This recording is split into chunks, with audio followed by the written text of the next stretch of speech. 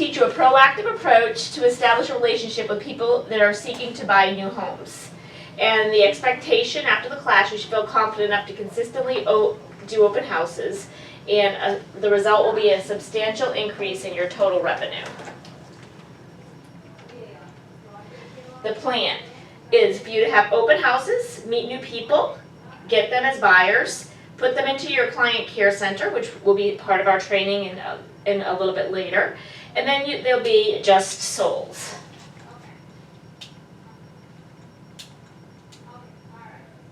What is this course about? It's going to keep you, teach you a non-threatening approach to follow up with the house attendees and to try to get them to work with you and to register them as clients, and then also provide follow-up and thank you notes afterwards.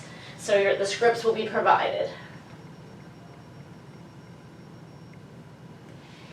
Now when you learn to do this, basically what they want you to be doing is they want to give it to you in 45 weeks instead of 52. So that gives you some time off, like if you have vacations or holidays or if you just can't do it. They're asking you to do 2 open houses a week.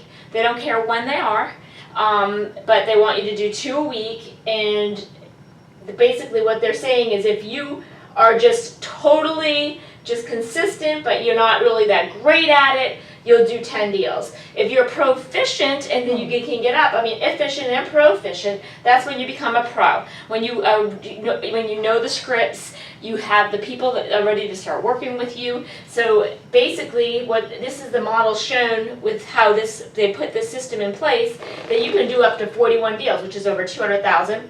This would be another 50 to 60. And then this would probably be right around like 120.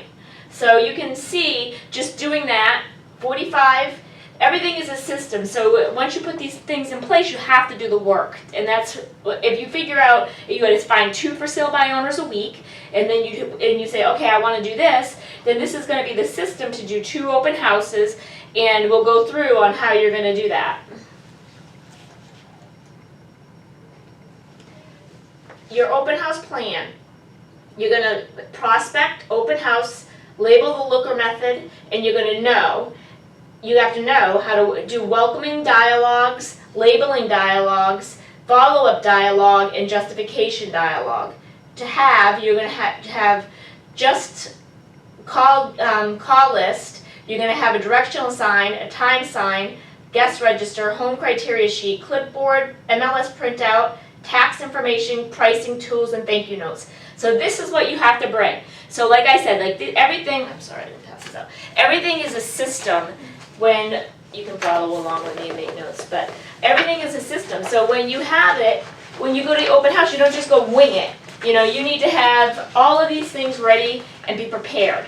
So it's all about preparation. Your core beliefs is you have to believe that there is no growth without discomfort. So when you're doing things a few times, it might take a few times for you to start to feel comfortable. I live in a world of abundance, and the market does not determine my income. And the only limit is time that we have, and we need to focus to the key. Focus is the key to success. I reap what I sow. Success stems from duplicate processes and systems, and that's one thing that agents do not understand. Mm-hmm. It's you don't have to be great, but you can learn to become better. So if you start to put these systems in place, it's about doing the work. If you say, I'm doing the open house things, then you need to do the 2 open houses a week. You've got to keep yourself accountable. And if you're not keeping yourself accountable and doing it like the for sale by owners, I told you to find 2, and nobody's even tried that yet. So, it's just like if you want to, there's going to be a lot of different systems through the Momentum that I'm going to teach you, but you need to put these into your business. And if you don't, then you're never going to get to that level of success. Exactly. Every person that's very successful, you look at them, like Laura, she has complete systems. She has systems for everything. System for her clients. She has systems for farming. She has systems for probate. That's what you have to do. So you need to find the systems that you're going to feel comfortable with and perfect them, and then you'll get to high levels. So you can see, just with one system alone, you can get up to $200,000 when you become great at it. So now if you add other systems, if you add the for sale by owner, we figured that you could make from 60 to 150, 200,000 with that system. So if you put these systems, that's how you're going to end up growing. But you need to start with one system and get it perfected, and then start to add on these other systems.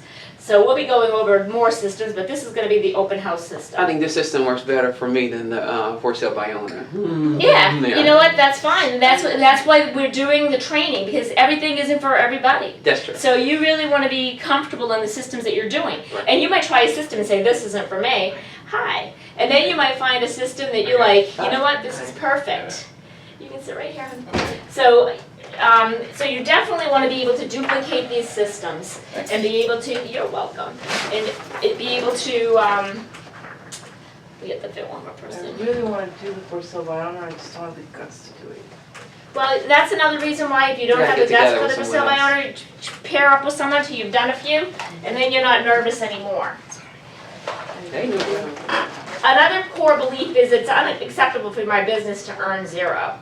So, I mean, you have to have that in your head. It's not acceptable for me. And so there's so many things that I'm teaching you, and you've got to do something.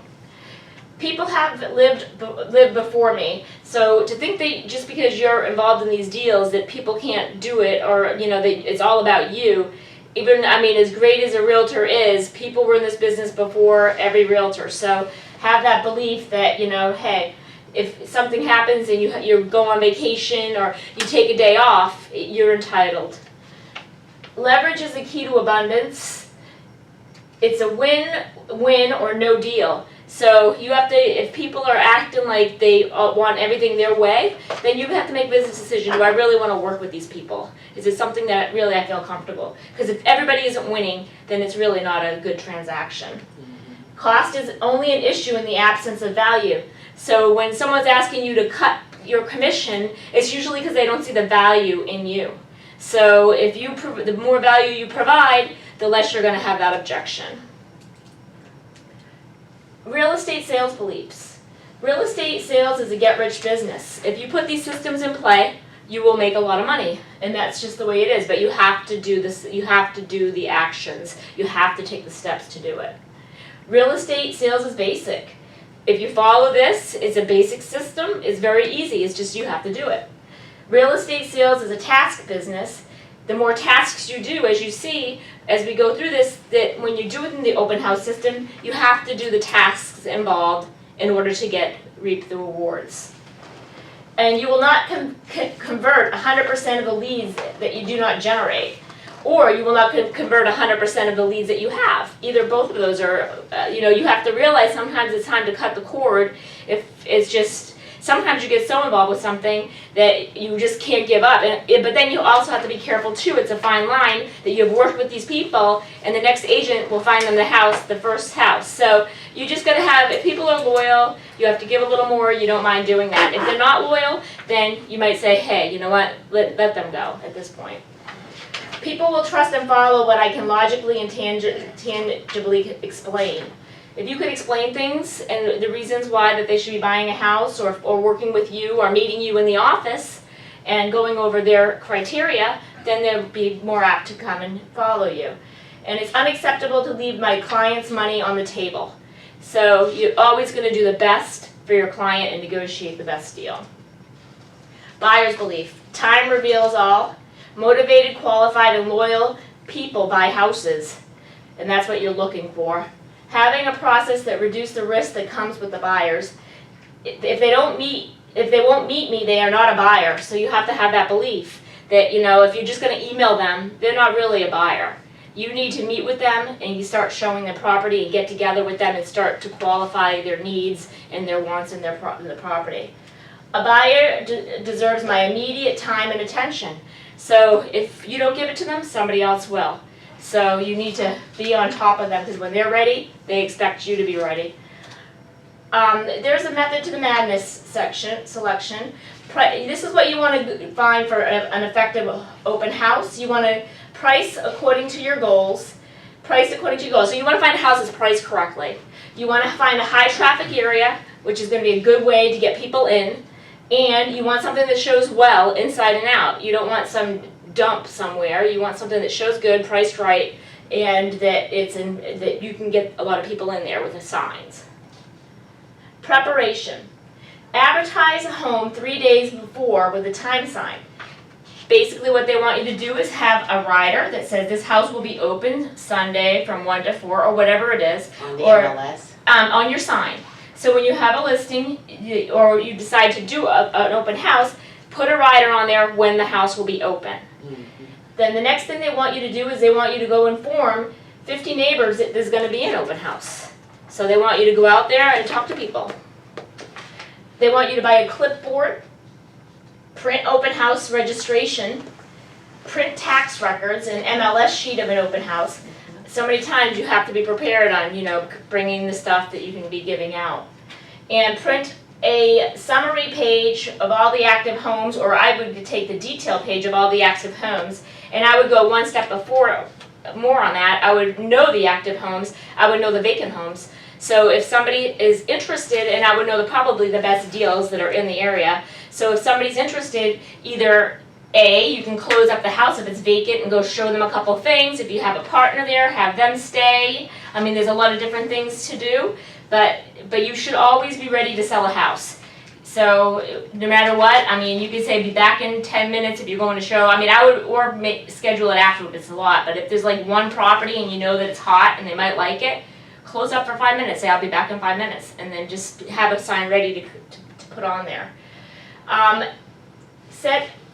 Prepare a set of basic pricing tools.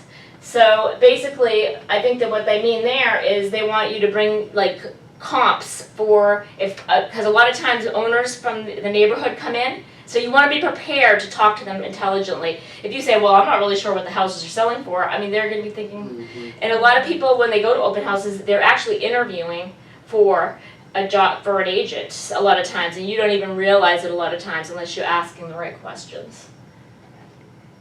And it may not even be in the area, it could be out of an area, they gotta sell a house, so a lot of them become listings. Holding an effective open house, the action, put out plenty of signs on the way to the open house to make it easy to find, the more the better. If you want, you can get them at Home Depot, they have signs, Lowe's has signs, you can order them online, just get something cheap that's disposable, because the cities do take the signs every once Every in a once in a while. while, and And that they- Coral Springs has been good. lately. Coral Springs lately has been very They were good. horrible for a while. Margate is the mostly- worst. Margate's the worst. Well, Yeah. Margate's Put 'em the worst. in the Alright, medians I'll of take the Yeah, they don't want- traffic, they don't want them on the medians. They should be, try to get them on close to the property lines of some people. If you see someone outside, ask them, I do that. and then just say, would you mind if I put this on the corner of your property? And, be respectful for what they said. Arrive 20 minutes before schedule to prep the home. You're gonna turn on all the lights, including closets, open all the drapes and blinds to make it light and bright, adjust the thermostat to 72 degrees, flush all the toilets, burn a nice candle, that's a really good thing to do and bring, or something that smells good. Turn soft music on low, and write thank you notes to everyone that registers. So you want to have your thank you notes, and I would be writing them right there. If somebody comes in and you're in between people, write those notes. When you're done with the open house, have those right in the mail. Visiting the neighbors. So when you place the time sign that you're going to be having this open house in 3 days, now you're going to go visit, say like 15 people. I mean, if you want to break it up or do the 50 in one shot, but you could just say 15 people. It's a lot easier. So I mean, you can break it down into like smaller numbers, but it will take less time and do it in the morning. All prospecting I think should be done before noon. So this is a good time to go. I would make a flyer, and like a you're invited flyer, and put it on the neighbors' doors. Do not tape anything to the door. Either put it in or put a door hanger or something like that would be great if they're not there. And then if you do find people, this is what you say, is, hi, my name is Suzanne with RE/MAX, and I'm simply stopping by to let you know I'll be holding an open house at the Smith's home at 123 Easy Street from 3 to 6. As an extra service to the Smiths, I am informing their closest neighbors in case you may know someone who's interested in moving in the area. If you do, I would love to see them at the open house on Sunday. Here's my card. If you know anyone, or if you ever need anything, or you know anyone, please don't hesitate to call. So it's a really nice thing. It shows that you go beyond. So it's a simple script. You could even change it a little if you wanted to ask them, like, see, that was no, to me, that it should ask them, are you looking for, you know, to maybe move in the near future? Usually when one house sells, 2 or more sell right away. So, I mean, that could happen in the conversation, but see if you feel comfortable. But it's great, you've met more people, you've invited them, and I think that you could bring the little water bottles are really good to have too, like, and then if you wanted to bring some cookies or something like that, then if people are there, you can give them that. You have just opened the door to 50 more relationships that you would have had otherwise, putting your business in a much better place at the end of the day. Welcoming dialogue. When the people are coming into the property, this is what they suggest that you say. Hi, my name is Suzanne Dunn with RE/MAX. Please come in and make yourself at home.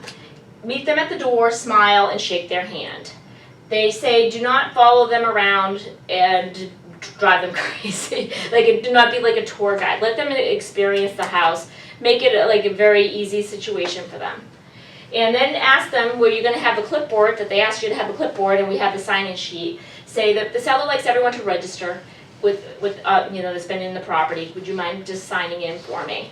And then it's a simple thing. Also, if you're talking with somebody, they say, and somebody new comes in, they do the same thing. You know, interrupt the conversation quickly and just say, would you mind just signing in? The seller wants everyone to register. And then I actually added more that I'm going to go into at the end that I do that's worked out great for me. So I'll go into that more. When you're speaking with someone and the new looker enters the house, oh, I just said that, okay. Once lookers tour the home, your goal is to answer any and all questions. Identify exactly what they're looking for in the buying process, where they are in the buying process. You're going to label them. And then you're going to close and try to get them to come into the office and set up an appointment with you, which we'll be going over more on consultations, where you have the buyer come in and you go over everything with them, and then hopefully close them on a buyer brokerage contract. So I want to get you guys used to doing that. To me, it's as good as listing them, as a listing, if you sign them to commit to you. So we're going to practice on doing that too in your further trainings. The bottom line is you must engage. You're not there to just sit down because it's like an obligation. You know, if you're going to do that, so many times I just see them agents, because they're forced to do open houses, they just sit on the couch miserable, watching TV or something and just like not paying attention. Or, you know, you're there to make money, you're there to engage. If this isn't something you're going to do, then don't do this part of the business plan. You know, there's plenty of things that you can do to get business. Sale by owners, expires, do the FSBO boot camp. If this is something that you're going to do, you have to do it right, and you have to really show up. I would never put the TV on in a house when I'm doing an open house. That's good. That's good? Very good. Okay. Yeah, I think soft music is really nice. Yeah. Soft music is good, yeah. Something very soft. Never the TV. You know, I don't want no. distractions by them or by me. Exactly, and your goal there is to try to get a client, whether it be a seller or buyer. The chances of you selling an open house is very slim. I don't know if you guys know the statistics, it's a very small number. So the best thing to do is you're there to try to get a relationship, to get a buyer, to get a seller. So you want to be 100% aware on what's going on. You want to be at your best, you want to look your best, you got to be, this is showtime. It's almost like a listing presentation, because it could be, you know, depending on what you have to deal with. Providing relevant information. When the buyer is there, always answer a question with a question. When you answer their question and ask them another question, like, what are the taxes? The taxes are $5,400. Is that in the budget you're looking for? So you always want to, when you answer someone, whether they're calling on any ad, you always want to give them the information. Don't go around it. Like some people don't tell them the truth, give them the answer, and then ask a question. For example, once they've toured the home, say, well, what do you think about the home? It's nice. How much are they asking? The list price is $150. Does that fit your price range? Yes. What school district is it? This home is in this blank, and bring that, the school district, because if it's going to be an area with kids, you want to have that information. Is that the desirable district that you're looking in? Yes. What are the property taxes? The property taxes are $6,500 a year. Does that fit your budget? No, that's a little high for us. So then, now, we're going to try to change what we're doing with them. So now we know this probably isn't going to be the house unless they just have that in their head and they might need to see more things. So now you have to kind of go into what am I going to look for now. So when they say that, you're going to immediately switch roles from the information given to that and try to label them and where they are in the buying process. So are you currently in the market for a new home? If they say yes, how are you going about finding your perfect home? If they say no process, or they could say no process or agent. If they say no process, then you would ask them, how would you like to use a proactive process that will ensure that you get the home you want and more importantly want the home you get? If they say they're working with an agent, you're going to say, well, what process are they using to show you property? Because most of them are going to say, oh, they just send out stuff. Then you say, well, have you sat down with them and gone over all the things that you desire in a new home? So, I mean, and then you have to ask them, go one step further, have you signed anything with that agent, any brokerage relationship? If they have, you must leave that buyer alone.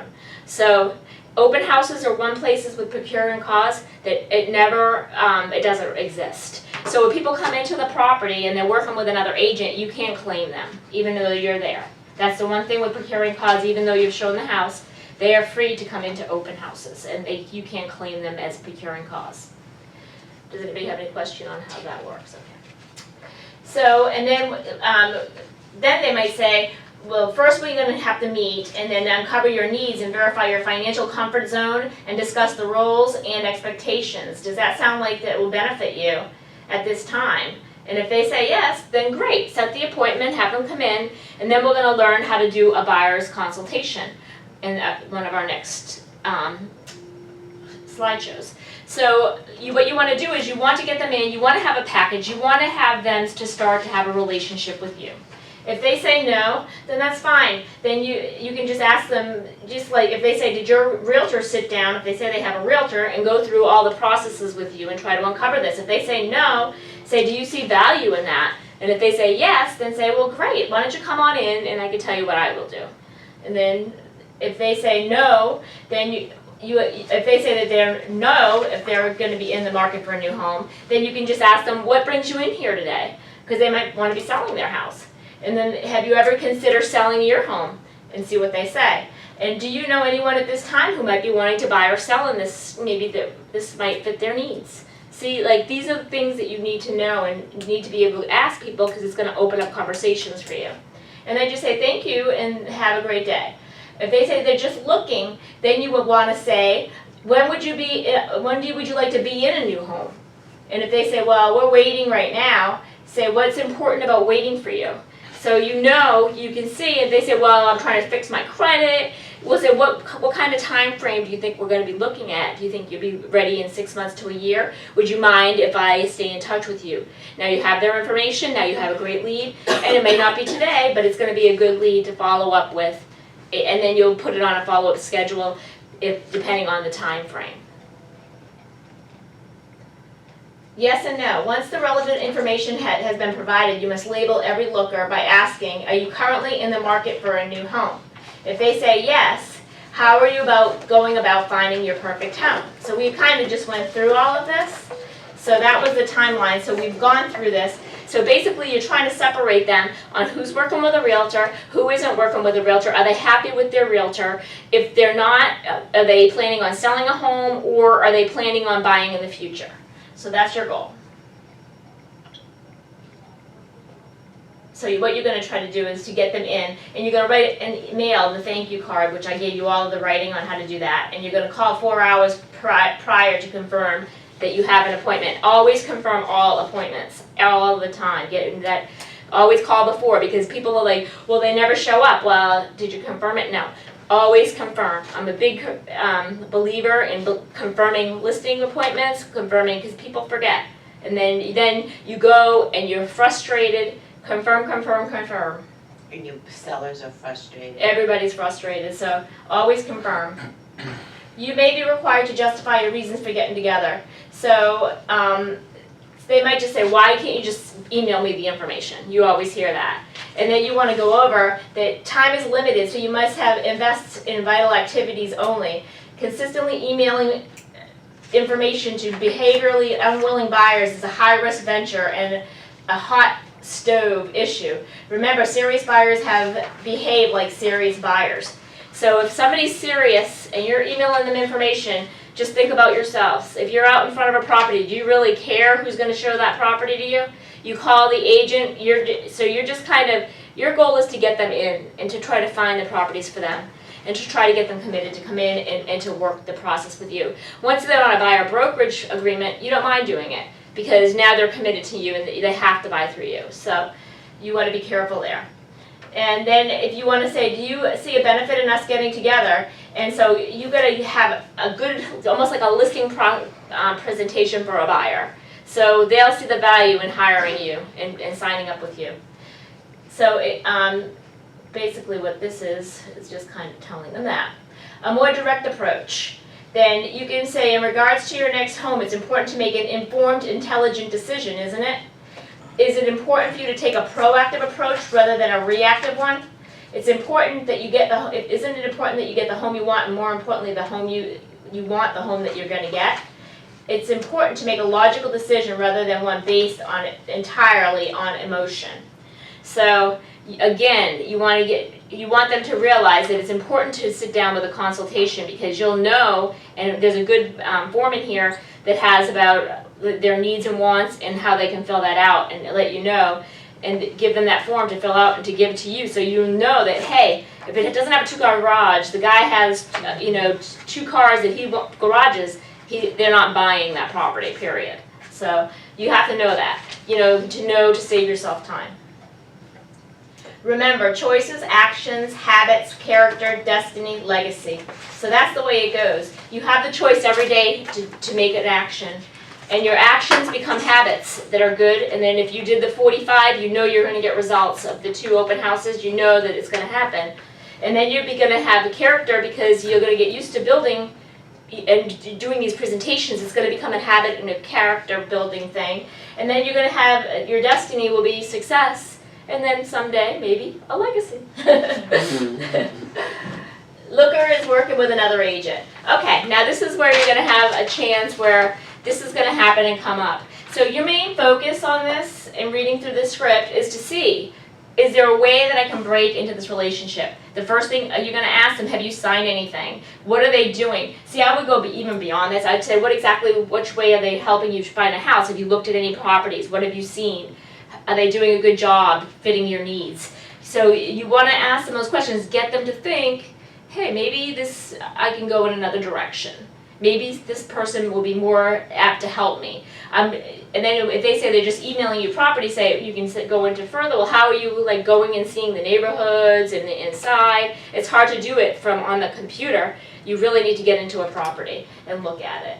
So try to see if it's anything you can break into, and then try to close for them to come to the office and do the consultation. And one other thing I will tell you that did work for me, and it's happened to me twice already, leave a stack of business cards where a buyer can just swipe one and put it in their pocket. Yeah. And then they walk out.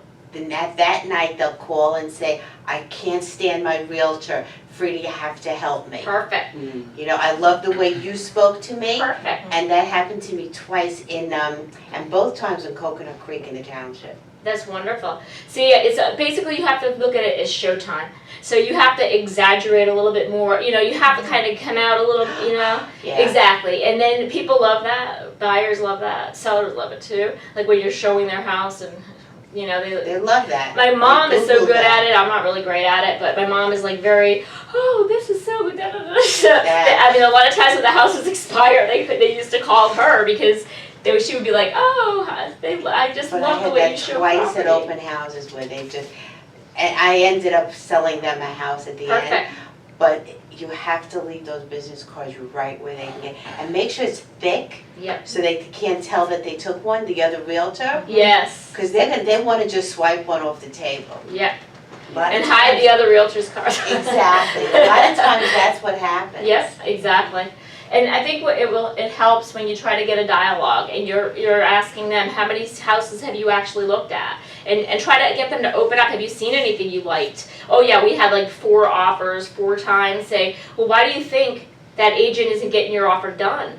And then you can also use the fact I'm with RE/MAX. The thing is, when you're working with, if it's a small company, when you're working with a small company, a lot of times they want to go and they want to take the offers with the biggest firms because they know that the deals will get done. So there's a lot of things that you can use and kind of just different dialogues to try to convert people. Even if they walk in with another agent, that's when they take your business card.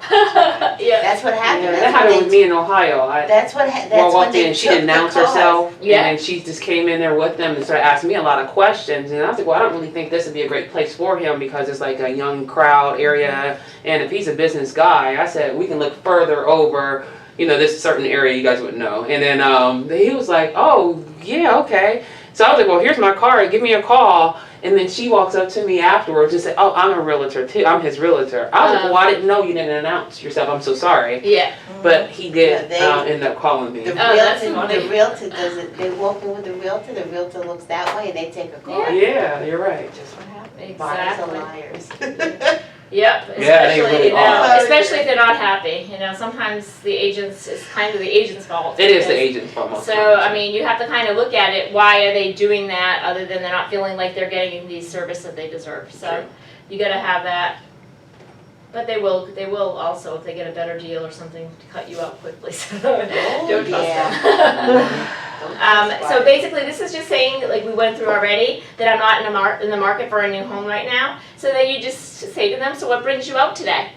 And let them talk and say, well, they'll tell you why. So you can see whether you can find maybe anybody that needs any kind of real estate information. Just say, do you have a realtor that you usually work with? Even if they say no, just say, well, what I do is I send people important information from time to time. Would you like to sign up to get some of the information?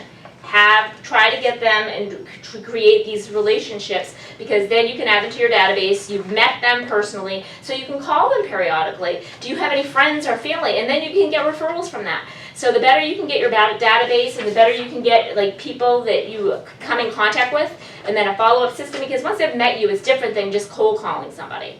They've met you, so you already have that chance. And if they get information from you, they're gonna feel like if they've met you, they know you. So that's what you really want to do. Also, if you get their email, you can try to find them on Facebook. Facebook is a wonderful source. Now you got to be searching for people. Like when you meet them, when you have the open house, you need to search. But you can have your computer there and search for them on Facebook and like that, and say like my page. Say thanks for the information. I'd like to share. Send them like a little quick message. I'd like to be friends on Facebook. I said put information out that you might be useful to you now or in the future. And then try to build your database. It's all about the database. When you're working your database correctly with people that you know, you can't just throw anybody in there. Like you call somebody and you haven't met them. They got to be people that you've sat down with, met through an open house, had a conversation with. Then you start to add them in your database. They say that 10% of the people in your database will become deals. So if you have a database of 400, that's 40 deals a year. So your goal is that you got to think differently. Like a lot of people say, oh, well, you put them in after a buyer or a seller. No, you put them in the database when you meet them, because even your buyers and sellers will become someone to refer. So when you build your database up and you keep adding to it, so I mean, you may only sell 10 houses a year, but you might meet 400 people a year. So then, in 1 year you can get your database up so high, but you gotta be calling them. You gotta reach out. If you're not reaching out, you're wasting your time.